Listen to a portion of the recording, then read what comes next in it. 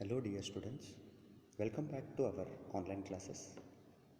So we are dealing with a very important concept, production and cost. So today we'll continue with the same topic with another important law in production, that is law of returns to scale.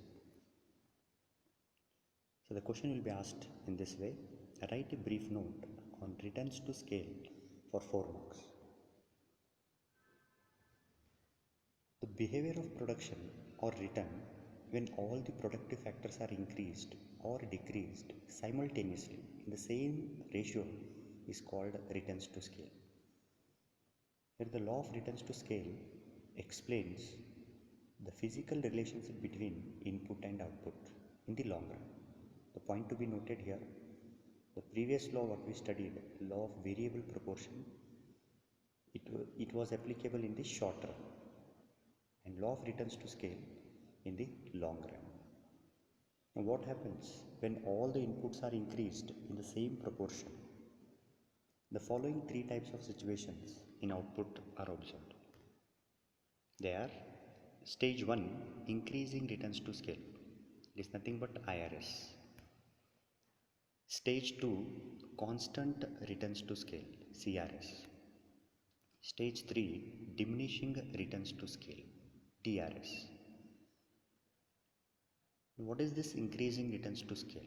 Why it is called increasing returns to scale? When a proportional increase in all inputs results in an increase in output by a larger proportion. For example, if 100% increase in all the factors by a firm results in more than 100% increase in total output, it is a case of increasing returns to scale. In short, we can tell it is more than doubled. Now in this table, I have used the 5 units of labor initially and 1 unit of capital. So both together they are producing 100 units of output. When we increase both the inputs, 100%, that is from 5 units to 10 units, and from 1 unit of capital to 2 units of capital, we are increasing the input by 100%. So we are doubling it. But whereas the impact of this or the output or return is more than 100%. So here we can see the output is 220, which is more than 100%. So this is the advantage for the producer, where it is called as increasing returns to scale. I hope you understood it. What is increasing returns to scale? Moving on to next stage.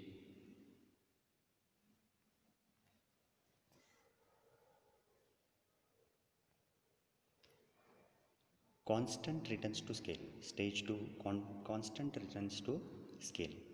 When a proportional increase in all inputs results in an increase in output by the same proportion is called constant returns to scale. For example, if increase in all the factors by 100% results in 100% increase in total output.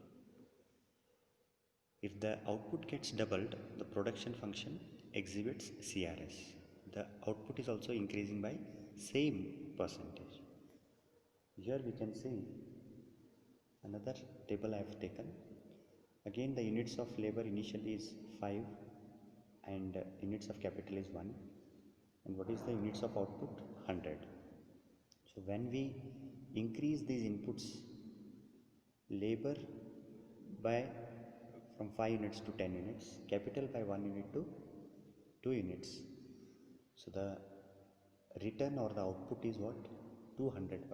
It means we are increasing the inputs by 100%. The output is also increasing by 100%. So this situation is called as constant returns to scale.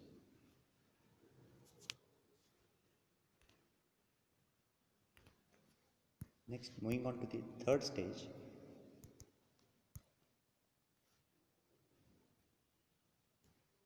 Moving on to the third stage, diminishing returns to scale. When a proportional increase in all inputs results in an increase in output by a smaller proportion is called diminishing returns to scale. For example, if 100% increase in all the factors causes 80% increase in output, if output is less than doubled, then it is called diminishing returns to scale. You can see here the inputs again we are increasing by 100% from 5 to 10 and capital from 1 to 2. The output is increasing, but the point to be noted here, it is not 100% increase, it is less than 100% or less than double. So here we can see the output has increased by 180 units. So this stage or the third stage is called as diminishing returns to scale. I hope you understood all the three stages. The question arises, why these three stages occur?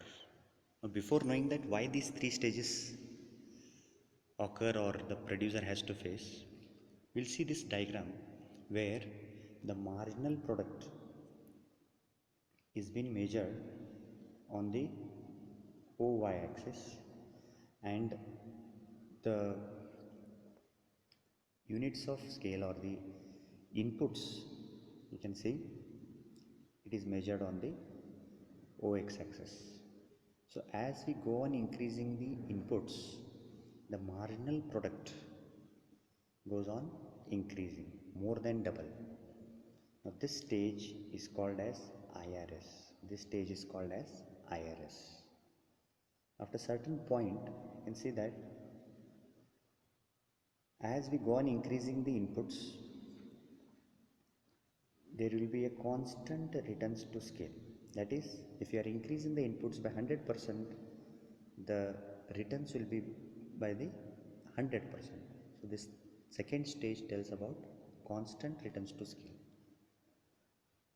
Then after this point, if you further increase the inputs, so the firm will enter into the third stage where the marginal product is diminishing, where we can see the producer is increasing the inputs by 100%, but the returns or the marginal product is increasing less than 100%. So the third stage tells diminishing returns.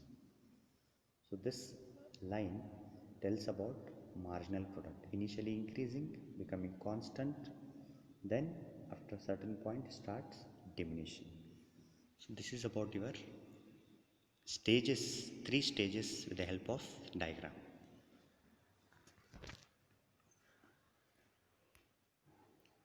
Now, why the law of returns to scale operates? When output increases, indivisible factors become perfectly divisible as factors are utilized in better way or optimum utilization of the factors, which leads to the operation of the law of returns, increasing returns. Now, law of increasing returns to scale is due to economies of scale up to a point.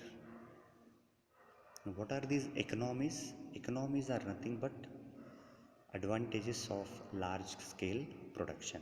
Economies are nothing but advantages of large scale production.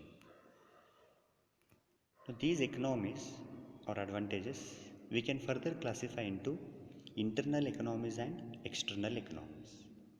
What are these internal economies? These internal economies arise within the firm as a result of increasing the scale of output of the firm. Now, the first one is technical economies. So as the firm has decided to produce large scale output, so the first advantage or the internal economy is technical economies, which helps him to produce more and more output. Then division of labor helps him to manage very well, that is managerial economies. Then marketing economies, similarly financial economies, he can diversify the finance.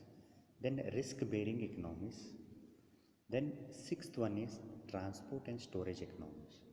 So when he decided to produce a large quantity, so these all internal economies he can enjoy.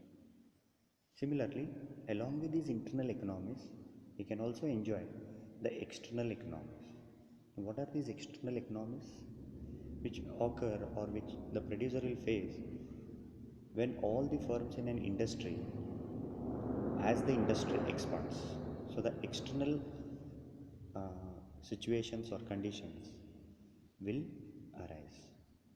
The first one is cheaper raw material and capital equipment. Students, you might be knowing, when we purchase the commodities individually or retail, so we'll not get the concession. But when we purchase the bulk or the larger quantity, we always have the discount, or we are having the advantage or cost concession. Similarly, here the producer, when he is producing large quantity, he will be getting the cheaper raw material and also the capital equipments.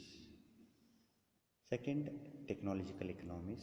He can have the proper combination of the technology, labor intensive and capital intensive.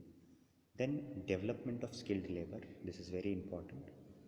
Then growth of ancillary industries, which will help the main industries. Ancillary industries are nothing but the helping industries. Like if automobile industry is there, to supply the spare parts, screw, nuts and other equipments, such industries are called as ancillary industry. For a bigger industry, the industries which are supporting or providing the other spare parts and other requirements, they are called as ancillary industries. Then fifth one is better transportation and marketing facilities.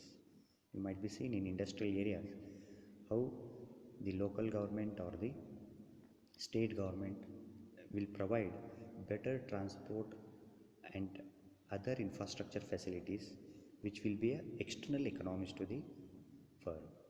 Next, development of information services, so which is very essential in the modern days. So these are all your economies or the advantages for the producer when he is producing larger quantities.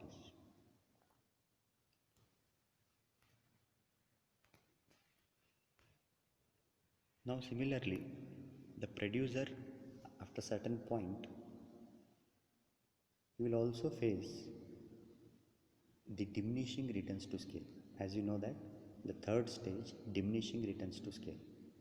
Now these diminishing returns to scale arise as the size of the firm expands. The multiple activities of the firm become more and more complicated, and these situations are called as diseconomies. Diseconomies are nothing but disadvantages. Now these diseconomies can be classified into internal diseconomies and external diseconomies. Now internal diseconomies, the first one is lack of coordination. You might be knowing that too many cooks spoil the food. Similarly, when the firm goes on expanding more and more, so there will be lack of coordination. Of course, certain point the division of labor is very good and very effective, but after certain point there starts a problem of lack of coordination. When there is no coordination, then the second diseconomies lose control. So they will not have proper control on all the factors of production. Then lack of proper communication. Then lack of identification of the problems. See, these are all the internal diseconomies for the firm. Along with this internal diseconomies, the firm has to face the external diseconomies. That is excessive pressure on transport facilities. You know that transport cost, transport problems and other related factors. Then diseconomies of pollution. So in modern days you will find that diseconomies of pollution, which will have adverse effect on the production needs. Then shortage of funds, which will also results in increase in risk in the production activities, further continuation of the production activities. Then lastly, in a competitive world, it is a marketing problem of products. So these are all your internal diseconomies and external diseconomies.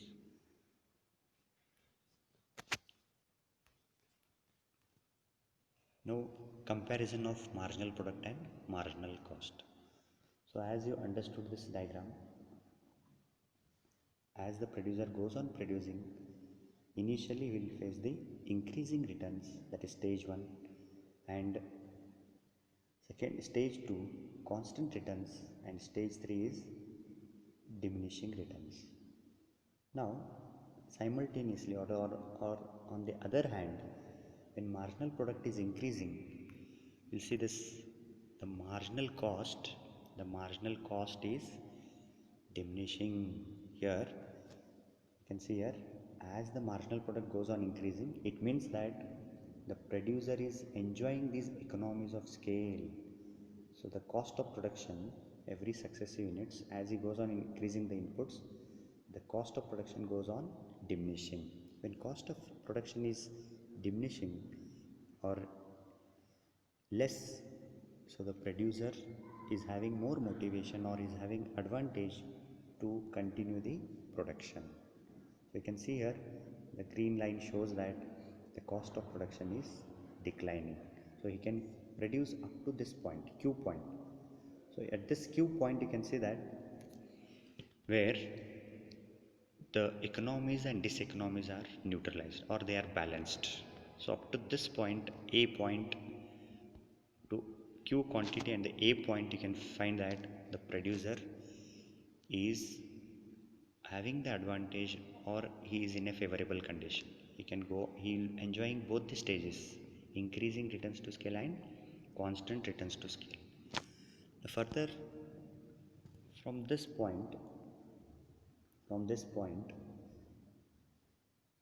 when he try to increase the production, so he has to face the increasing marginal cost. It means due to diseconomies of scale, due to all that internal and external diseconomies, he has to face the disadvantages. So that is the reason why all the firms will like to stay in this first stage and the second stage, increasing returns to scale and constant returns to scale. When we start diminishing, we find that costs are increasing. When the firm is facing this third stage, diminishing returns to scale, the another meaning of that is the cost of production is increasing or the marginal cost is increasing, and that too due to diseconomies of scale. So I have studied the list of all the diseconomies. Okay. Now generally, industrial sector is subject to law of increasing returns to scale, and whereas agriculture is subject to the law of diminishing returns to scale.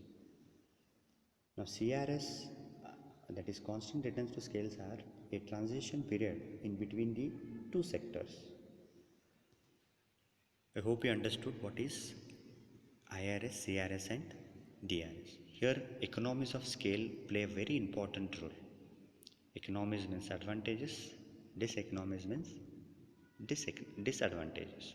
So these both in a long run plays a very crucial role which have impact on marginal product and marginal cost. Marginal product and marginal cost. I hope student you understood law of returns to scale. Thank you.